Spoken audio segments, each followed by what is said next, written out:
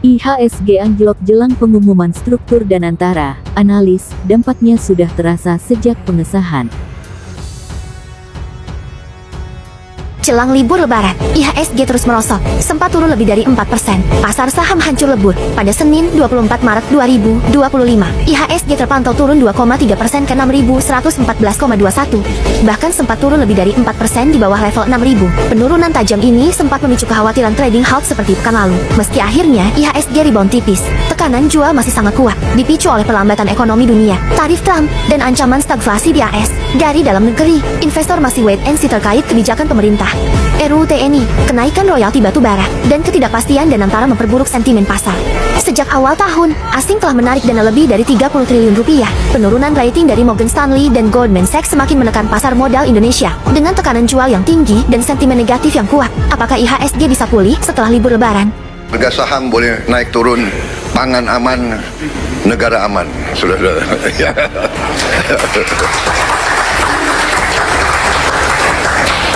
Saya lihat yang stres harga saham turun hanya beberapa orang di antara kalian. Marwar, siapa lagi itu? Tranggono, mana Tranggono? Tranggono. Oh, duduk sebelahan itu. Ini, mana lagi ya? Kalau Budiman enggak, Budiman tenang aja karena enggak punya saham dia.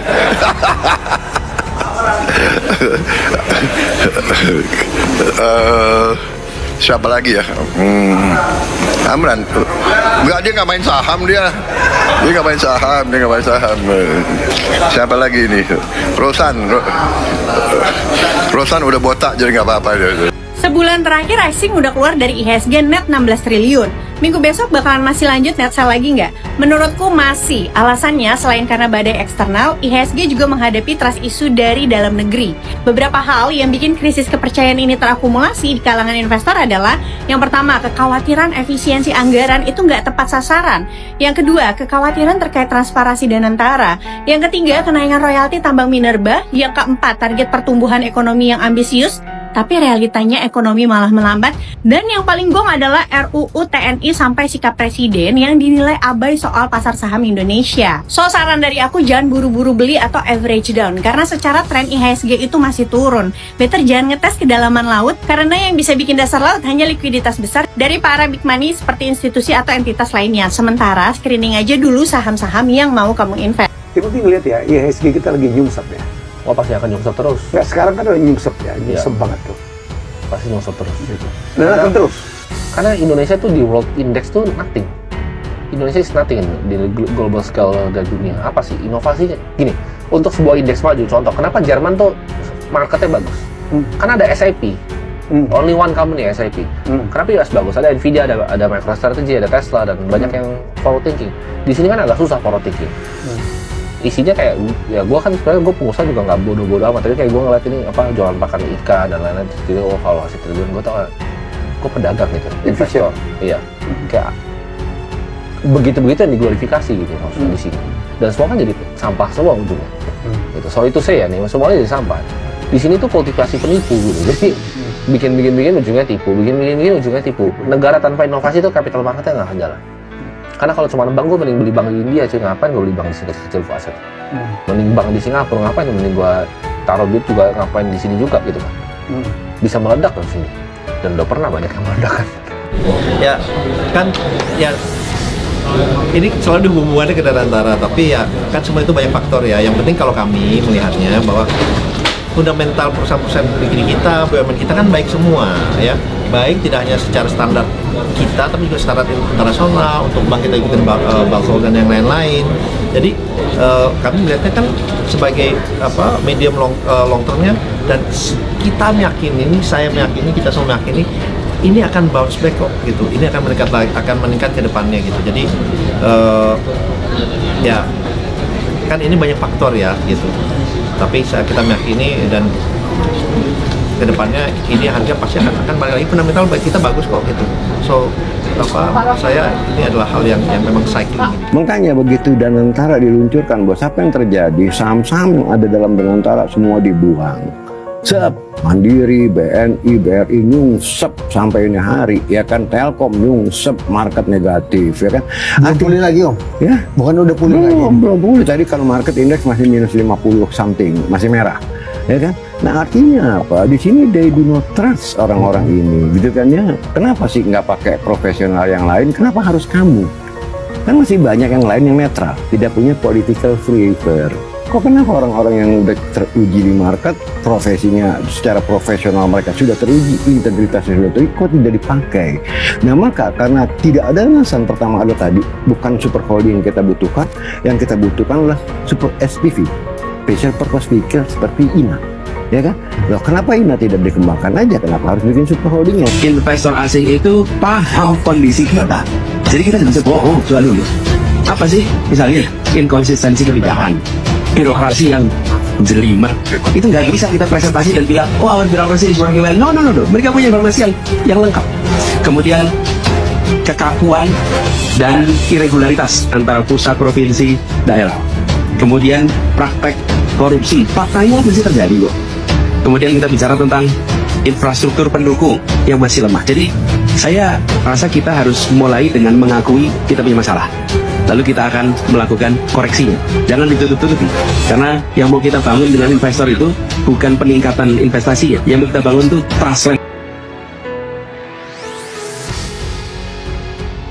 Indeks harga saham gabungan IHSG kembali tertekan dan bergerak di zona merah sejak awal perdagangan, Senin, tanggal 24 Maret tahun 2025.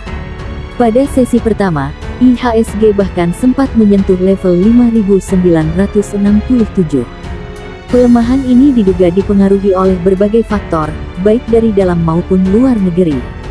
Salah satu pemicunya adalah meningkatnya ketidakpastian menjelang pengumuman struktur pengurus Badan Pengelola Investasi (BPI) Daya Anagata Nusantara atau Danantara. Direktur Riset dan Investasi Pilar Mas Investindo Sekuritas, Maximilianus Nicodemus, menyatakan bahwa dampak Danantara terhadap IHSG bukan hal baru, melainkan akumulasi sejak awal tahun. Danantara memang menjadi salah satu faktor yang memengaruhi pergerakan IHSG hingga saat ini. Apa yang terjadi hari ini merupakan dampak dari akumulasi kondisi sejak pengesahannya, ujar Niko kepada wartawan, Senin, tanggal 24 Maret tahun 2025. Selain faktor tersebut, Niko juga menyoroti meningkatnya kekhawatiran risiko fiskal di Indonesia. Akibatnya, banyak investor mulai beralih ke instrumen investasi yang dianggap lebih aman. Peningkatan risiko fiskal di Indonesia membuat pelaku pasar memilih investasi yang lebih stabil atau bahkan mencari pasar lain yang menawarkan kepastian imbal hasil lebih baik, jelasnya. Lebih lanjut, ia menambahkan bahwa faktor eksternal seperti perang tarif antara Amerika Serikat dan Uni Eropa serta kekhawatiran resesi di AS turut memengaruhi pergerakan IHSG. Sementara itu, dari dalam negeri, penurunan penerimaan APBN hingga 30% juga memberi tekanan terhadap pasar.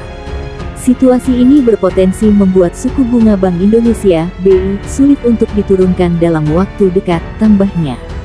Dinamika politik dan keamanan ikut berpengaruh. Dalam kesempatan terpisah, Senior Investment Information Mirae Asset Sekuritas Indonesia, Nafan Aji Gusta Utama, menyebut bahwa dinamika politik dalam negeri turut berkontribusi terhadap pelemahan IHSG. IHSG juga dipengaruhi oleh faktor politik dan keamanan yang tengah berkembang di Indonesia, termasuk dinamika terkait Danantara dan pengesahan revisi UU TNI di DPR, kata Nafan. Menurutnya, pelaku pasar berharap Danantara dikelola dengan tata kelola yang baik, serta adanya kebijakan yang lebih mendukung stabilitas pasar saham.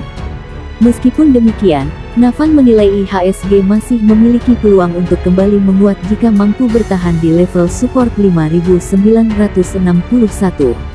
Ia bahkan menyebut potensi penguatan IHSG hingga ke level 6.800 dalam skenario optimistis. Selama IHSG bertahan di support 5.961, skenario positif di level 6.808 dan skenario optimistis di 7.709 masih terbuka, ungkapnya. Sementara itu, Senior Technical Analyst Sucor Sekuritas, Raihan Pratama, menilai bahwa pengumuman struktur pengurus Danantara belum berdampak signifikan terhadap IHSG.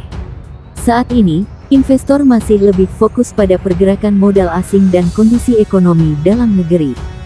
Pelemahan IHSG lebih dipengaruhi oleh aliran dana asing yang terus keluar dari saham-saham big caps serta tekanan pada saham-saham konglomerasi, jelas Raihan.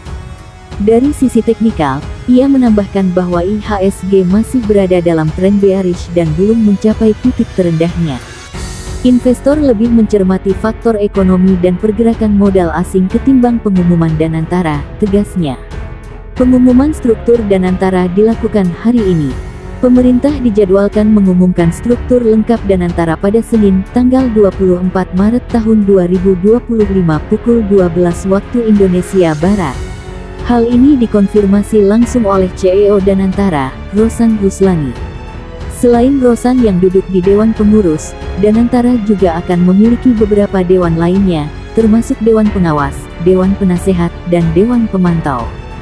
Sejumlah komite pengawas juga disiapkan, seperti Komite Audit dan Komite Etik. Oke, Senin jam 12 siang, ujar Rosan saat ditemui di Kompleks Istana Kepresidenan, Jakarta Pusat, Jumat tanggal 21 Maret tahun 2025.